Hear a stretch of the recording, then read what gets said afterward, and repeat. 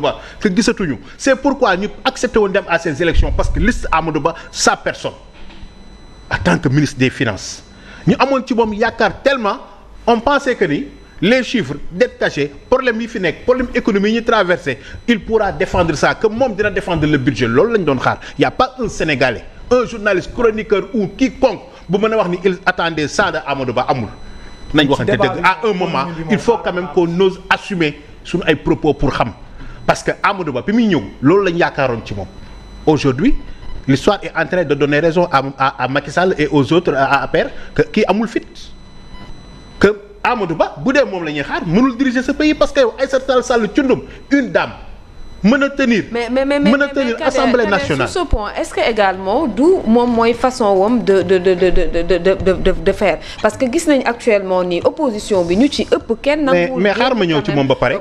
sa façon de faire la politique non damay daaneel sa façon de faire la politique dama ni la Idrissa Seck moo ko ëppoon doole foofu. mais la façon de faire la politique moo tax Idriss Seck ñàkk.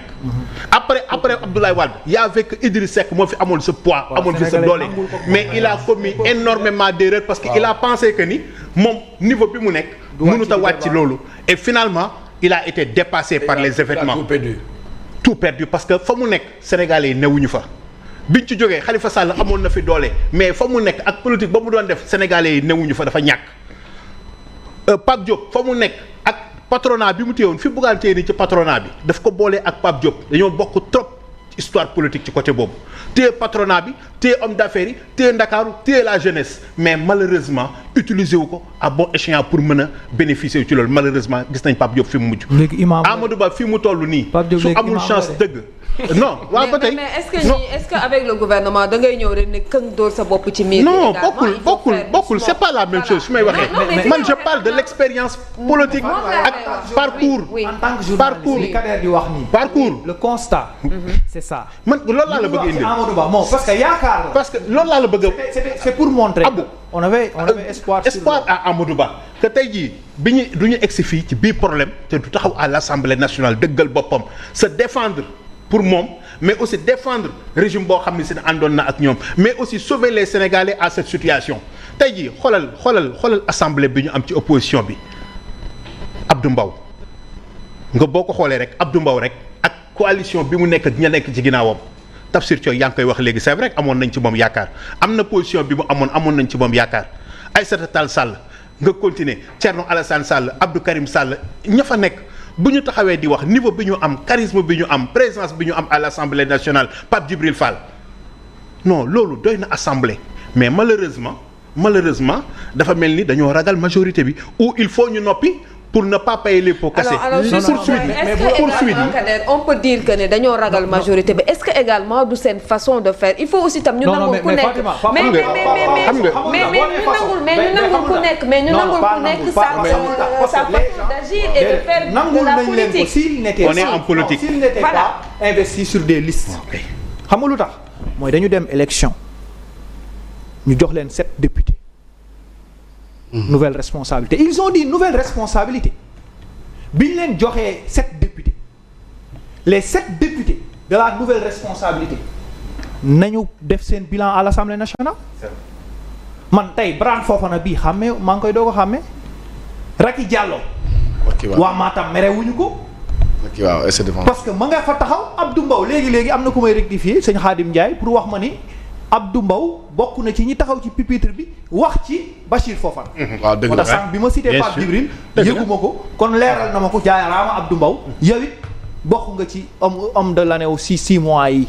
donc léegi boo ñëwee foofu Amadou Ba mais absentéisme dama taxaw fi ma ne Ismaïla Diallo dafa am proposition bu mu def vice-président Ismaïla bi doon tontu Guy Marius. Ismaïla Diallo waaw naan ko da nga am sa agenda. bu Guinguinéo bu Guinguinéo Ismaïla Diallo. daf ne faw ñu dugal ci règlement intérieur bi wala ñu xool benn loi député bu ñëwul ñeent ak ñeent ñu woote fii xool. bi mu waxee dama ne man d'accord na sur le cas de Amadou Ba. Thérèse Faye anamu. waa léegi 4x4 yi ñuy coûter nar a coûter 50 millions mais boo ko évaluer dina yegg 120 millions ndax assurance beeg maintenance yeeg yooyu ni ñu ko Bachir leeralee waa 4x4 yooyu dañ koy jox Amadou Ba 4x4 yooyu dañ koy jox Thérèse Faye 4x4 4 yooyu dañ koy jox 7 députés nouvelle responsabilité yoo xam ne biir assemblée nationale kenn gisuleen waaye léegi peuple boobu ñu génn. mais Abou est-ce que non d'accord ma ci cette responsabilité non être député. non attendez doucement ñu régloonte pour ñu mën a comprendre bu baax a baax parce que boo ne gisuñu cette waaw mais ñooñu lan moo wala leer na ne nekkuñu assemblée nationale ñoom itam bu di defal daan question écrite non peut-être yaa leen man may wax ak yow déedéet question écrite Pape Djibril Fall lancé wul enquête parlementaire Thierno Alassane Sall ñaata question écrite la bind waa léegi wax leen mooy bu ñu bindoon question dama ne les gens qui ne sont pas députés nouvelle responsabilité par contre Amadou Ba li dal Idrissa Seck talent yi nekk ci ginnaaw Idrissa Seck mais tekkaaralu Idrissa Seck ak absence d'orientation moo tax ndaanaanam yooyu du ñu feeñ tey ñi occupé l'espace politique yëpp fu ñu jógee ci kër Idrissa Seck ci njabootam tey Amadou Ba nouvelle responsabilité ndaanaan yi fa nekk jaraaf ndaw mii di ñëw fii di fi toj Cheikh Oumar Sy ku ko ëpp xam-xam Kaba xaw ma waa ji yoroon Sori Kaba ku ko ëpp xam-xam mais tey dans les plateaux ku ci taxaw ñoom rek état lañu mooy nouvelle responsabilité y a des têtes et des compétences mais bopp bi orientation yi blocage yi moom naa la ne sur les plateaux on sent mieux que Cheikh Oumar Sy Jaraaf Ndaw et l'autre pas les 7 députés Cheikh Oumar Anne gisuma ko Assemblée nationale la nekk deful proposition waxul gisuñu ko mu def question écrite ni question orale foofu la ñuy évaluer député ba pare prise de parole ñoom bu ñu ñëwee à l'Assemblée nationale mais diggante 6 mois yi fi premier ministre di ñëw ak li fa Abdou Karim Sall def gisuñu ci ñoom ñëpp kenn ku jël boo beneen bis toog leur tête Amadou Ba est absentéiste il ne peut pas demander la république bëgg réew mi bëgg doon njiitu réew te assemblée nga xeeb ko Aïssata Tall Sall était ministère de souveraineté Thierno Alassane Sall était ancien ministre ancien candidat Thierno Alassane Sall fort reste chaque année day ñëw toog assemblée marqué ko yow nga bëgg a diriger Sénégal nga ne yow doo nekk doo ñëw en tant que député simple loolu c'est à revoir. amu foofu fii laay waxee que mënoo bëgg dara ba pare doo ko défendre actuellement dépassé nañ époque quand il était ministre maintenant il a opté pour devenir député à l'Assemblée nationale taxawaayu député la ñuy xaar ci moom il n'est plus ministre. moo ngi taxaw xam nga. non il n'est plus ministre on ne le sent pas. peut-être question de budget bi daf ko xoolal daf ci am entièrement responsabilité am daf ci nekk parce que quand même l'ancien régime bi ñuy téye di ko kuppati nii. mais au moins ne serait-ce que pour le peu bi mu ànd ak ñoom il doit se défendre il doit les défendre il doit défendre le budget gis nga Cheikh il défend le budget non il doit le défendre ñu xam si réellement le régime de Macky Sall dañ ci am responsabilité on nous dit et que ñu assumer loolu ñu jàll ci leneen si toutefois ay accusation la mu dindi ko ou mu confirmer ou encore leneen su fekkee le budget là fi mu jëm baaxul parce que xam nga lu gën a garaaw bu ñu demee ba fayit loolu moom responsabilité ñëpp la mënuñu àgg foofu pendant que ñu am des intellectuels des cadres yoo xam ni ils veulent ëllëg ñu diriger ce pays et que pendant que ñun ñu ngi souffrir ku ci nekk toog suro Amadou Ba je ne l'attaque pas personnellement mais en tant que député du peuple le peuple a besoin de lui s'il ne peut pas assumer mais na démissionner et que ñu xam ni kat désormais assemblée amul. le mot démissionner tu aimes trop dire le mot bien sûr il faut à un moment quand même non man moom je le dis moom. léegi lan moo tax wasi wala mu wasi. dëgg nga mën na wasi. non mais wasi wala mu wasi. dinaa ci wax conseil. man du ma dégg Amadou Ba Sénégalais dañ ko xamul. dañ ko xamul bëgg ko forcer benn méthode politique. te du ko nangu ci àddina. Amadou Ba c'est-à-dire c'est comme le président Bougane Gueye Dany comme d'autres ku ci nekk da nga am sa ligne politique bi ngay démarrer. ça aussi mais Bougane je l'ai dit. bàyyi ma pare. j'ai dit tout à l'heure que Bougane. da nga wax ba mar. ma ne tekk ñoom ñëpp laa boole. waaw bàyyi ma ñëw dama ne combat def na conférence de presse. mais s'il vous plaît on s'écoute pour ñu mën a comprendre quand même. bàyyi ma pare dama ne fii Sénégal dañoo am ay acteurs politiques majeurs. gars yi ñuy woowee ay ténors du loolu moo am. Bougane ci ténor yi la bokk. bien sûr Barthélemy bokk ci ténor yi. bien sûr Ousmane Sonko bokk ci ténor yi. ci xeex da ngay def ma wax la déedéet bàyyi leen nag ma wax. ci xeex mais pas bàyyi leen ma wax rek man je ne défends pas le diable. Abou Diallo bàyyi dama ne léegi ci ténor yooyu kenn ku nekk. da nga am sa méthode politique. bien sûr ça je nga am ligne boo xam ne de démarcation bi nga tracé sa bopp. président Bougane bu génnee dem topp tànk tibbu tànk kan moo ko fi innové du moom. kan moo ko wax ne tibbu tànk bi baaxul te pourtant am nañu taxaw fii ne day imiter Sonko waaye taxul mu ngi ci yoonam di doxal bu naree bind texte day bind texte bu naree dem ci ay sorties médiatiques day def sortie médiatique Barthélémy Dias am ligne moom it sa ligne de démarcation gars yi dem nañ ci fi ne Bart yow jël nañ sa mairie bi téye nga toog tekkaaral jàpp sa ñaam da nga xam lu Bart di waajal ci suuf ku nga xam. kenn.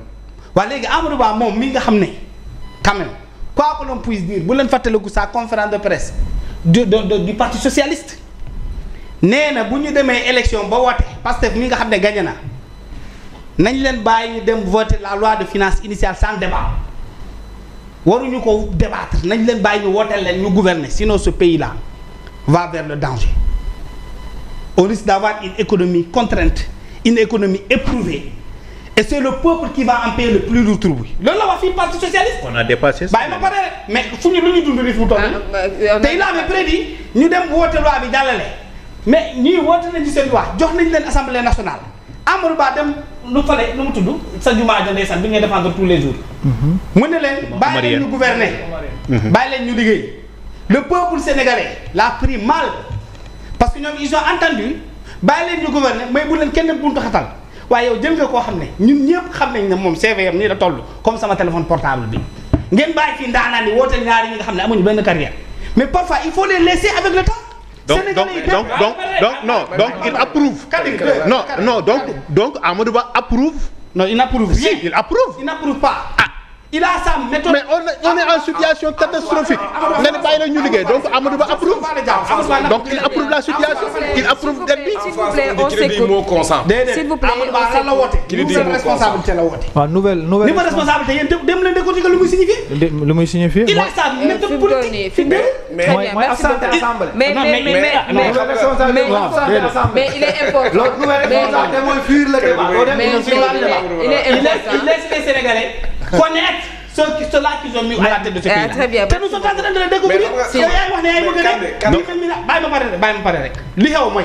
candidat pourtant génnee nañu fi rapport. sànq damaa fàtte Zahra yaa ngi tamit. génnee nañu fi rapport pour Zahra est en train de faire elle fait du bon travail. Zahra ma sànq bi may lim ñi nga xam ne nekkuñu député. bàyyi ma pare très bien merci dama ko fàtte woon.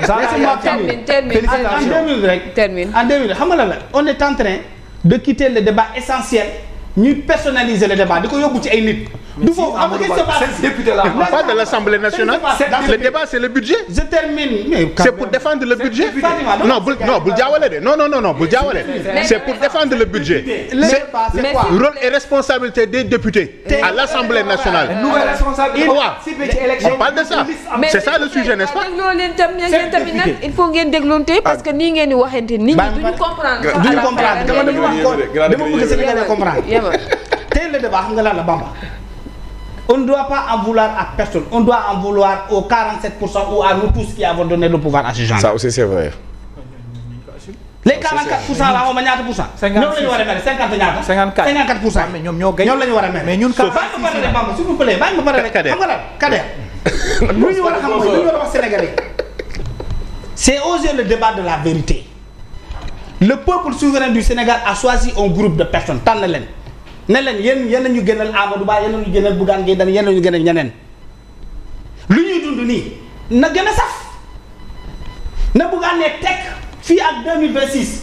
Très bien. Amadou Ba ne tekk fii ak 2026. gars yi noppi bàyyi leen réew mi. mais sauf comme ça ñun dinañ continuer très bien je suis d'accord je suis d'accord avec vous tous yéen ñëpp dégg may ma s'il te plaît yéen ñëpp comprendre nañ leen dégg nañ leen on sait bien que ne actuellement fii nga xamante ne si daf cee waa loolu je suis d'accord pourquoi je l'interpelle bien sûr Fatima benn minute s'il vous plaît benn minute rek Kader yow lan la yow non yóbbu foofu sax. man moom du ma débat si personnalisé. ah oui non c'est pas man du ma ko def. mais dama ne. à chacun sa ligne politique à chacun sa méthode à chacun sa démarche. réew mi daa am fu mu tolloon. munoo bañ a wax yenn responsabilités yi boo gisee sax ñu interpeller Cheikh Diba parce que moom peut-être si wàllu finance ak économie chiffres yi ñuy waxtaan ak dette bi dafay am responsabilité bu ñu war a wax. mais Amadou Ba vous avez mieux à faire. Amadou Ba attends je viens Amadou Ba bu fàtte ne élection yi ñu daan dal am na coow lu ñu si waxoon ak moom teg ba léegi kenn déggu ko si problème de corruption yooyu ñu fi accusé wu. wax non mais bu waxee sénégalais ba nekk Touba ba nekk Tambacounda dina xam lan moo tax ak lan mooy si responsabilité Amadou Ba bu fàtte ne aussi que moom moo nekkoon premier ministre Macky Sall chiffres yii ñuy coow di ko jaabaa jonge ba léegi kenn déggul Amadou Ba wax si. Amadou Ba wax nañ si parti socialiste gii wax si lu bari. très bien merci lu bari annoncé woon na ko. sauf que non mais bu ñu yuuxoo Cheikh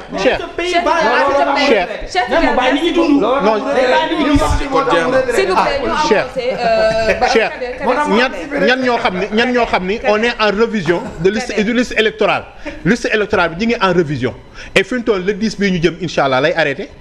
le 10 révision liste électorale ñaata Sénégal ñoom ñoo nekk au courant. révision liste électorale bi booy mën nañ dem bindu ji.